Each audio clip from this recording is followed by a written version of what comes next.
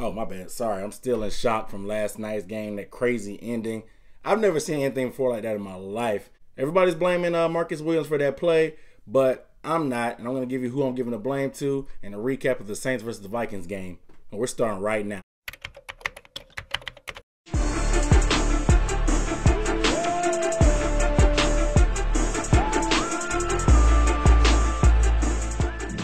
What up, though? What's up, everybody? It's Aaron Duncan here with the Necessary Blunt and Sports Talk. This is a channel we might not tell you what you want to hear, but I'm definitely going to tell you what you need to hear. And on this channel, I give the recap and analysis of the best division in the NFL, the NFC South. So if you want to see more videos and different stuff about the Bucks, Panthers, Saints, and Falcons, consider giving this video a thumbs up, subscribing to the channel. Oh my goodness, what a game. Oh, if you didn't see this game, I don't know what you were doing with your life last night. I think it was one of the most televised playoff games in league history. It started off as a boring game, man. Honestly, it was very slow. I mean, the Vikings got out ahead, but it didn't really get good to the end of the third and in the fourth quarter when the Saints finally snapped out of it and decided to play football and realized that their season was on the line.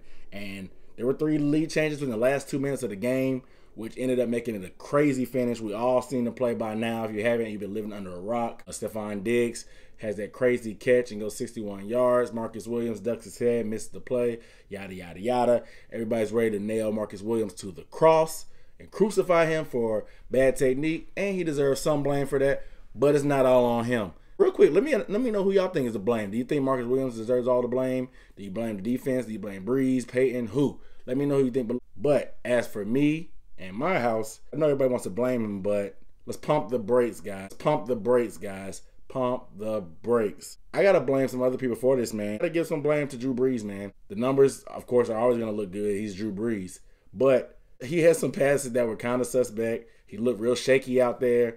I don't know what was going on. I told you guys that I thought that he might be the weak link for them this year, and people were gonna shut down that running game and force Brees to beat them. He got up. He did it last week, but I saw this week he underthrew Ted Ginn. Ted Ginn probably had a step and a half on the safety, and he terribly underthrew him.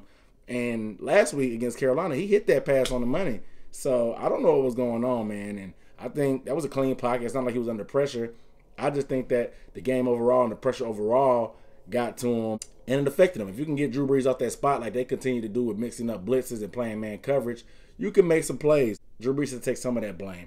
Second, I'm blaming the defense, man. Not just Marcus Williams, because, of course, yeah, that was a play. But Ken Crawley, you get some blame too. He had the most holding calls. Marshawn Lattimore, you get some blame too for the pass interference and the holding calls. I've never seen so many holding calls that were actually legit in the game before in my life. Like, how do you get a hold and a pass interference on the same play? Like, that means you were holding the whole time. That means you were either A, B, or B. You're just being undisciplined, and undisciplined will kill you. You had 9 penalties for 97 yards, and I think most of them were on defense, except maybe that illegal shift that called back Ted Ginn's touchdown earlier in the game. Most of them they had that one hands to the face that was 15 yards that ended up leading to points for the Vikings, which was 3rd down. And they had a ton of pass interference and holding calls. I mean, that one where Ken Crawley, quote unquote, took Stefon Diggs down was suspect. They probably shouldn't have called it, but at the same time, there's plenty more that they did call that were legit. And Marshawn Lattimore, Adam Thielen was kind of giving him that work, man. Even with Marshawn Lattimore grabbing him, he was still making catches. It's just undisciplined. You can't have those mistakes in the playoffs. They've been penalized a lot this year, and I guess it finally catches up to you because some of those mistakes can't be overcome when the other team is playing pretty flawless. They weren't making too many mistakes themselves. So I got to give the team lack of discipline and penalties and all that crap. I got to blame the defense some there. Lastly, I'm blaming Sean Payton. I don't know what's going on. This dude coached like he hasn't been there before. He just went away from everything that got them there. Like, I understand that the running game struggled. Last week, it was completely shut down. This week, it was spotty. I know on some 3rd down and shorts, you couldn't convert, which kind of hurt some drives, but you got too pass happy. That puts a lot of pressure on Drew Brees, which causes the tip passes that turn into an interception, which causes not taking time off the clock. Time of possession goes down. Your defense is tired. They're on the field a lot. They're playing hard, but they're on the field a lot. It leads to Drew Brees making mistakes with the underthrow. It puts you in predictable situations that Mike Zimmer and his defense can feast on. I saw so many series where it was one run, they get 5 yards. Pass, 3 and out. Run, pass, 3 and out. Pass, incomplete, run. Gain 5 yards, 3rd and 5. pass, 3 and out. And it was just ridiculous. Like, you got to be stubborn with that running game. And if you're not balanced against a team like Minnesota, you're going to be sitting ducks.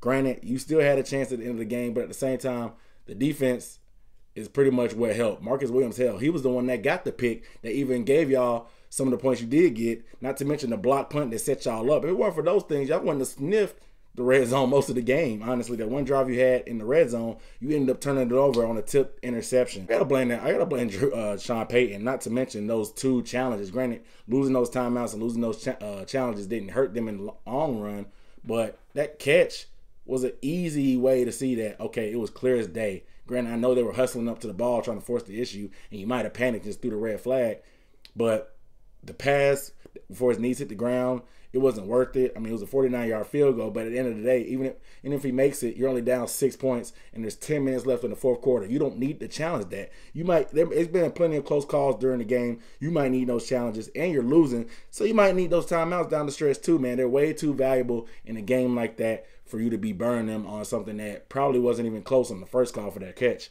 but it was kind of suspect on the second one. I got to say, the refs, they did play a role. Some of those penalties were kind of suspect. They missed a few holding calls I saw up front, but the Vikings did a good job of keeping Cam Jordan at bay for the most part, keeping Case Keenum clean. Case Keenum moved around the pocket and bought time. He had a stretch of like 2 drives where he was suspect when the Saints came back. The Saints finally got pressure, started hitting him. He looked like Case Keenum that we've been waiting for all year, but he shook it off and made some big-time throws down the stretch. You got to give him credit. I just saw some of the same stuff that happened last week in Carolina that ended up going their way, ended up not hurting them, come to fruition this time. I told you guys that to stop the run, play man coverage, and get to Breeze, you can stop them. Make Drew Brees beat you. That's what the Vikings did. That was the formula. I said they had the guns to do it in my previous video, and it worked. But, I mean, at the end of the day, Marcus Williams, you do deserve blame. Like, you can't go in and tackle with your head down. I mean, I know, granted, these rules are going against everything defense tries to do. You can't hit them a certain way. You can't hit them early, blah, blah, blah, this, that, and the third. You wanted to keep them from going out of bounds. But all you had to do was just grab them, catch them, hold them in bounds, fight with them a little bit, and then take them down. The clock runs out. Game over. You guys are going on, and I don't know. But like I said, there's going to be plenty of time to reflect on what happened. Like everybody knows that one play didn't define the game. There was a bunch of other stuff before that, but yada yada yada. But the Saints, they were fortunate enough to be in that position in the first place, with that lead as bad as they played in the first half, getting shut out. So Marcus Williams deserves a lot of blame, but not all of it. But with that, you guys let me know what you thought about the game down below. What are the Saints going to do moving forward? Drew Brees is going to be a free agent. I got more coming up in the video about what to expect in the offseason. With that, I'm signing off. My name's Aaron Duncan with the Necessary Bluntness Sports Talk. Signing out.